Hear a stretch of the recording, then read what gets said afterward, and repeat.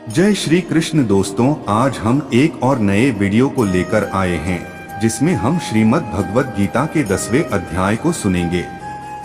चले भगवान श्री कृष्ण के दिए गए उपदेशों को जानें और इनसे ज्ञान प्राप्त करें। वीडियो को अंत तक जरूर देखें और कमेंट में जय श्री कृष्ण अवश्य लिखें।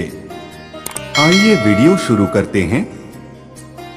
श्रीमद् भगवद गीता अध्याय 10 विभूति योग। इस अध्याय में श्री कृष्ण अर्जुन को दोबारा से अपने वचन कहते हैं, क्योंकि भगवान जब अपने भक्त की जिम्मेदारी ले लेते हैं तो वो उनको अंत तक नहीं छोड़ते, उसकी नैया पार लगवाते ही हैं। तो हमें भी अर्जुन के तरह ही श्री कृष्ण की शरण हो जाना चाहिए। श्री कृष्ण कहते हैं, मेरा जन्म और कर्म दोनों ही अलौकिक हैं, इसलिए मेरे परम तत्व को देवता भी नहीं जानते, क्योंकि उनके होने का कारण भी मैं ही हूँ। वो मुझसे ही विस्तारित हुए हैं। मैं अजन्मा अनादि और सभी के जन्म का कारण हूँ। जो मनुष्य मुझे जान जाता है वो पाप से मुक्त हो जाता है।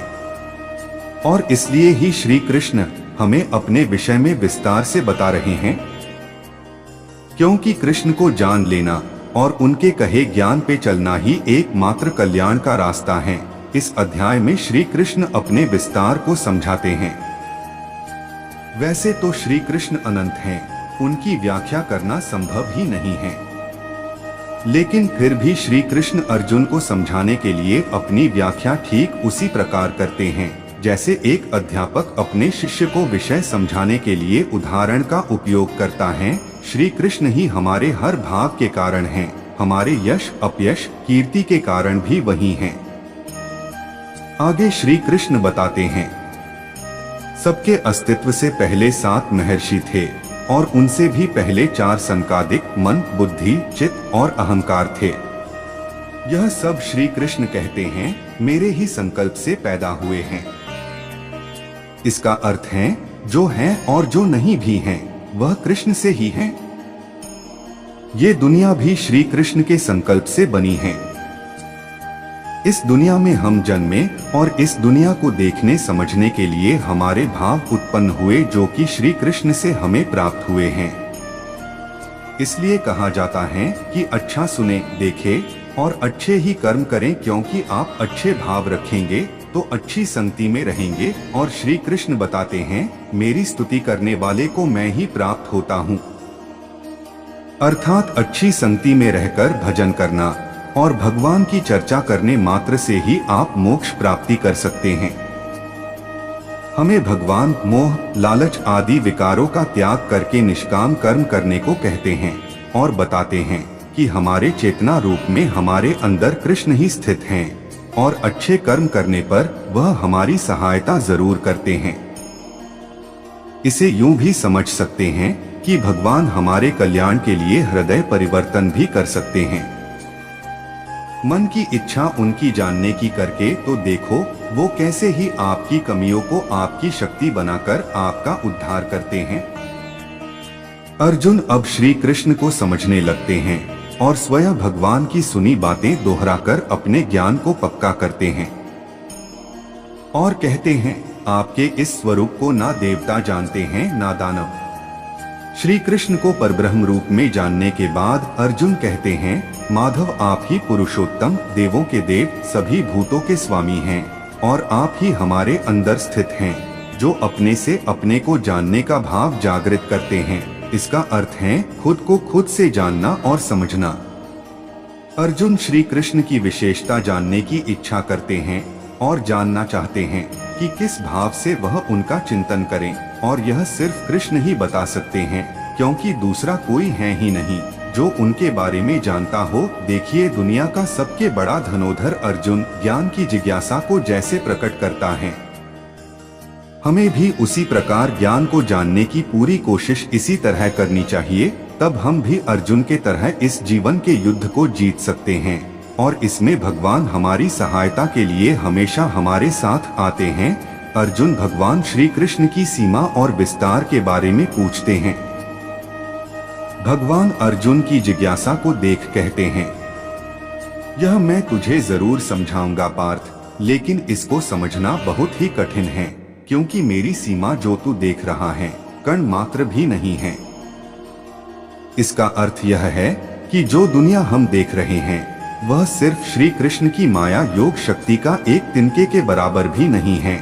आगे श्री कृष्ण बताना शुरू करते हैं, मैं ही सबका जन्मदाता हूँ और सबके भीतर चेतना के रूप में स्थित हूँ, अर्थात इसको हम अपनी छठी इंद्री के रूप में समझ सकते हैं, जो कि कभी गलत नहीं होती क्योंकि यही कृष्ण है।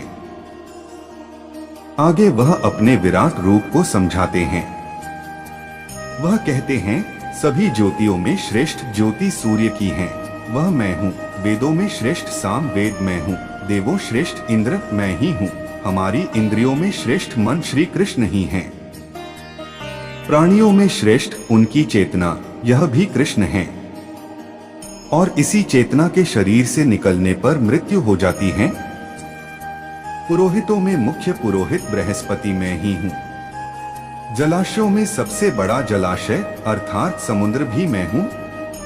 सर्पों में श्रेष्ठ वासुकी मैं हूँ और नागों में श्रेष्ठ शेष नाग भी मैं हूँ। दानवों में श्रेष्ठ प्रहलाद भी मैं हूँ।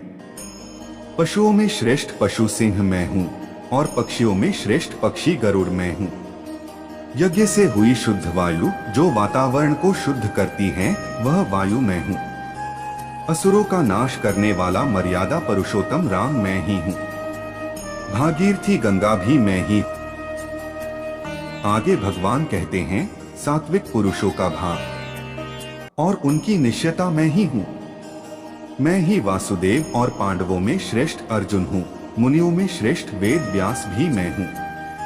वृक्षों में श्रेष्ठ वृक्ष पीपल मैं हूँ। अगर आप में कुछ श्रेष्ठ विशेषता है वो कृष्ण ही है। जीतने के लिए चाहिए होती है नीति और गुप्त रखने के लिए रहना होता है मौन। यह भी कृष्ण कहते हैं, मैं ही हूँ। वह हर वस्तु जिसमें प्राण हो या ना हो वह श्री कृष्ण ही है, जो कि अंत समय सब कृष्ण में ही विलय हो जाएगा। श्री कृष्ण अपनी महिमा बताते हुए अर्जुन से कहते हैं, मेरी किसी भी शक्ति का अंत और शुरुआत नहीं है। ये जितना तूने जाना यह बस तेरे समझने मात्र के लिए है। इसे आप उदाहरण समझकर भगवान की शक्ति को समझने का प्रयास कर सकते हैं। तो इस अध्याय में भगवान कृष्ण अपनी विभूतियों का वर्णन करते हुए इतना ही बताते हैं। आप भी अब अपने आसपास श्री कृष्ण को हर कण में ढूंढिए, शायद वो आपको आपके भीतर ही प्राप्त हो जाएं। दोस्तों, हमारा प्रयास है आसान और कम शब्दों में इस ज्ञान को आप तक ला पाए। यह कर्म श्री कृष्ण से हमें मिला है। हमारा अनुरोध है, भगवत ज्ञान को विस्तार से जानने के लिए आप भगवत गीता पढ़ने का अभ्यास करें। अगर मन में कुछ कृष्ण भावना जागृत हुई हो तो यह ब्रह्म संहिता में लिखा गया मंत्र, जो कि राम और कृष्ण नाम है, अपने कल्याण हेतु पढ़े। हरे कृष्ण कृष्ण कृष्ण हरे हरे, हरे राम राम राम हरे हरे। मित्रों, अगले अध्याय को सुनने के लिए हमारे चैनल को अवश्य सब्सक्राइब करें, ताकि जब हम अगला अध्याय अपलोड करें तो वह आप तक पहुंच जाए। वीडियो अच्छी लगी हो तो लाइक करें, अपने दोस्तों के साथ जरूर शेयर करें और कमेंट में जय श्री कृष्ण लिखें। मिलते हैं अगले अध्याय में। धन्यवाद।